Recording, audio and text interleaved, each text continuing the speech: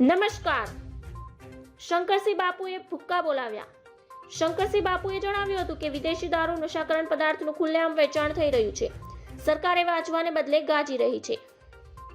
રાજ્યના ગૃહમંત્રી છેલ્લા 2 વર્ષથી ડ્રગ્સ પકડાયું તેવા શબ્દોથી સમજાવી રહ્યા છે. હાલના વિધાનસભા ગૃહમાં પ્રશ્નોત્તરી કાળ ચાલી રહ્યો છે ત્યારે વિધાનસભા ગૃહમાં કોંગ્રેસ નેતા શંકરસિંહ બાપુએ મહત્વનું નિવેદન આપ્યું હતું. ઉડતા ગુજરાત બનવા તરફની સરકારની નીતિને કારણે ગુજરાત આગળ વધી રહ્યું છે. ગુજરાતમાં દારૂ કઈ રીતે પ્રવેશ થાય છે તે બાબતે સરકારે ધ્યાન આપવું જોઈએ. ડ્રગ્સ માટે અદાણી પોર્ટ લેન્ડિંગ બન્યું હોય તેવા આંકડા સામે આવ્યા છે. છેલ્લા 2 વર્ષમાં ગુજરાતમાં 1,66,00,000 વિદેશી દારૂની બોટલ ઝડપાઈ છે. 23 લાખ લીટર દેશી દારૂ અને 12 લાખ બિયરની બોટલો ઝડપાઈ છે.